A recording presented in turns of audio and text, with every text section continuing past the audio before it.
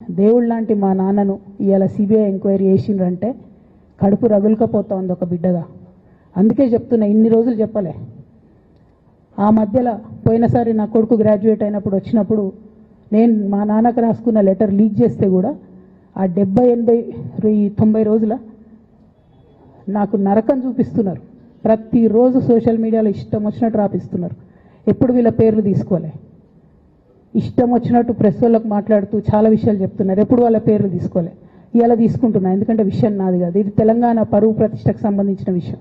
ఇలా దేశంలో ఏ మూలకు పోయినా ఎక్కడికి పోయినా కేసీఆర్ అంటే ఒక మహానాయకుడు, త్యాగం చేసిన నాయకుడు అని చెప్పి మాట్లాడతారు. రేపటి నుంచి ఏం మాట్లాడతారు? సిబిఐ ఎంక్వైరీ వస్తే ఏం మాట్లాడతారు? కేసీఆర్ అంటే సిబిఐ కేసు అంటారు.